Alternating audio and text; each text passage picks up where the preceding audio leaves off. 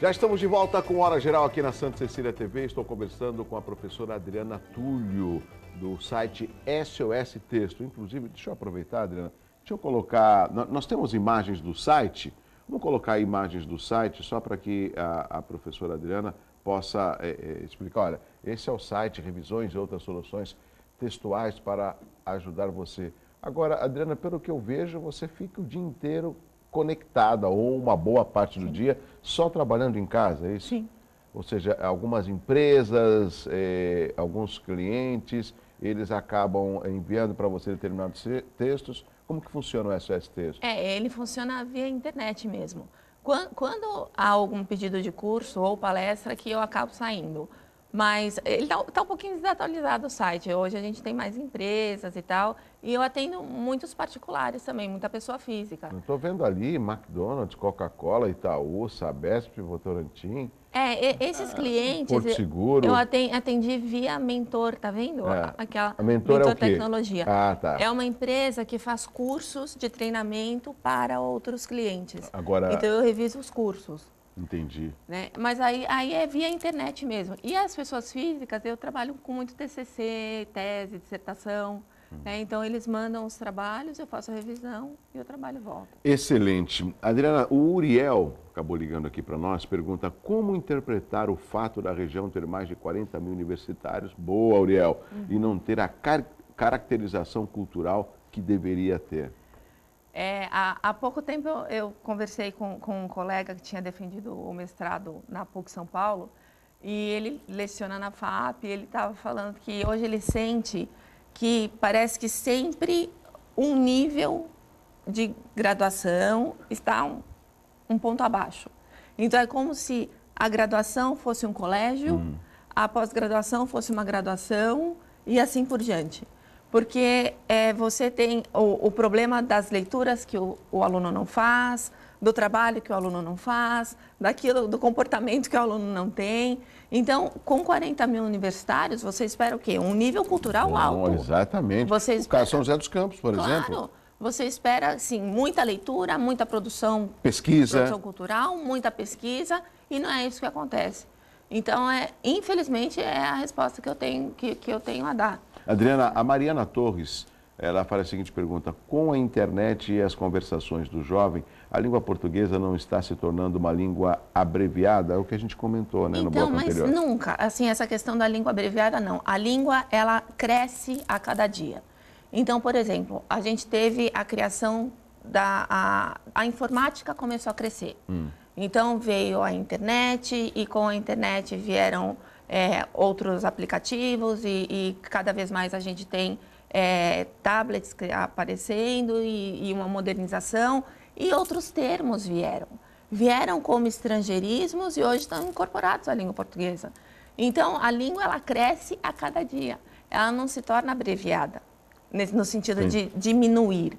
Agora, a abreviação dos termos foi o que nós conversamos. Aí ela acontece naquele bate-papo e... no texto, continua valendo a língua portuguesa, unificada pelo acordo ortográfico. O Luan Mendes de São Vicente, o que você acha da correção ortográfica? E se esse tratado não afasta a língua portuguesa da sua origem? Não.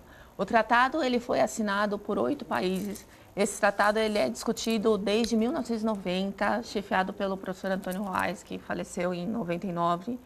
E existe uma certa...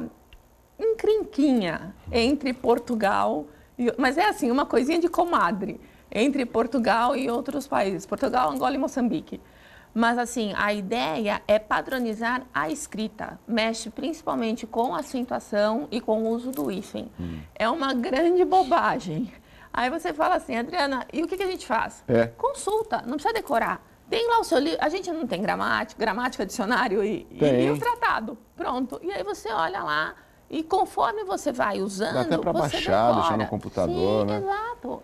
Então, é uma coisa que não precisa se preocupar com o tratado, a gente vai usando. Certo. Inclusive, dos 8 países, o Brasil é o que está mais à frente na incorporação do tratado. Tá vendo? Mais à frente do que Portugal, por exemplo. A Marcela Camargo de Santos, o tu falado por muitas pessoas em Santos não é usado corretamente, pois não conjugam o verbo da forma certa. Como é a forma correta de se usar o tu? O tu é usado na segunda pessoa do singular, né? Então, eu vou, tu vais. Em Santos é usado Tu vai. tu vai. É usado na terceira, como se fosse ele Exatamente, vai. ele vai. É incorreto, mas é usado na oralidade, as pessoas não escrevem. Esse tu não veio mais também do carioca, né? O carioca não tem muito certo que fala tu. E o carioca também fala usa errado. É. O carioca também usa errado. É usado corretamente no Rio Grande do Sul. Ah, do Sul. Você vai para Porto Alegre, usa-se o tu conjugado na segunda pessoa. Aí são características regionais. Tem um nome correto que a gente... Regionalismo mesmo. Regionalismo, mesmo. exatamente. Agora, a gente vê coisas assim brutais no dia a dia, erros de concordância.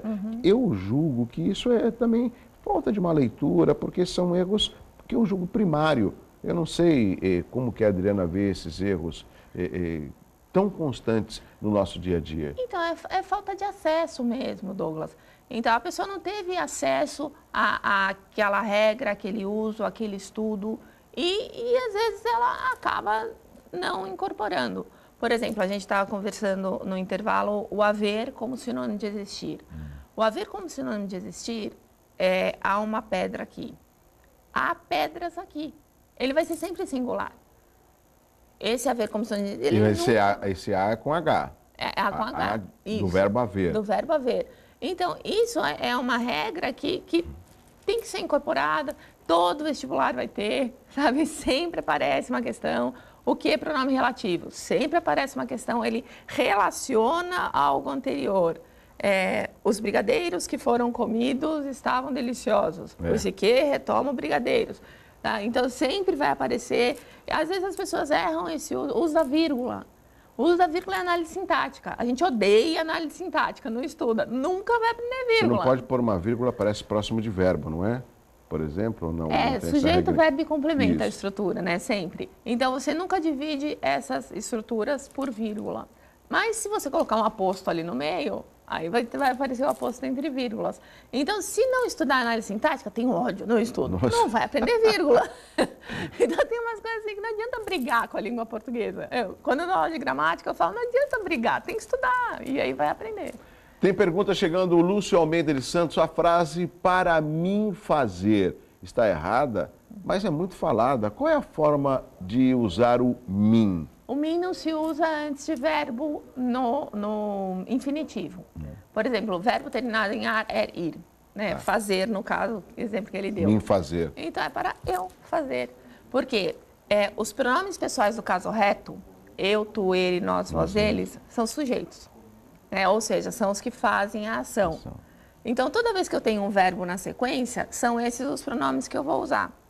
Agora, o mim, o que ele vai ser? Ele vai ser objeto, ele é o que vem depois do verbo. Né? Sendo assim, seria faça alguma coisa para mim. Pronto, está lá no final da frase. Mas é questão da prática, né? Da prática. Um outro aspecto também, muito rapidamente, eu vejo que eu cheguei a ler, inclusive num e-mail, que é errado falar presidenta. É presidente. Dilma Rousseff, por exemplo. Há controvérsias. Né? Já vi em mais de uma gramática isso, por causa da discussão mesmo. Porque eu fiz um post no Facebook. Meu Facebook também é SOS Texto. Se alguém quiser acessar Facebook.com/SOS Texto. SOS Texto. Pode colocar que daí eu adiciono. Ah, tá bom. Isso. Que eu sempre coloco algumas postagens ligadas à língua e literatura e tal. Existem gramáticos que aceitam o presidenta. Existem gramáticos que aceitam, mas a maioria coloca presidente. Porque, por exemplo, agente, mesma terminação, não existe agenta. Agenta, Entendeu? Então, a maioria dos gramáticos vai pelo presidente. Então, o correto, para não correr erros, é presidente. Presidente. Olha, muito rapidamente, a Clariana Pereira de Santos, quando se usa a crase? Na verdade, a gente usa o acento grave, tá? Que é o acento grave. Tá. Crase é uma ocorrência. A crase vem do grego, é sinônimo de fusão. Eu tenho um a preposição e um a artigo, pronome demonstrativo que se juntam. Então, é uma ocorrência de dois sons que se juntam. Por isso que a gente nunca fala assim, fui à escola. Não, eu fui à escola, porque eu juntou. Então... Adriana Túlio, muito obrigado. Você vai voltar mais vezes aqui, porque é um papo muito gostoso, a gente acaba aprendendo, né? Adriana Túlio, do SOS Texto, pode entrar no site, você vai participar e ficar bem informado. Estaremos de volta amanhã, às 7 horas da manhã, com mais uma edição do Hora Geral. Um abraço forte para você, meu amigo Nelsinho Filho, hoje completando mais um ano de vida e, lógico, você também está completando. Muita sorte, parabéns e felicidades. Até amanhã às 4. Cédric Marinho, um abraço para você.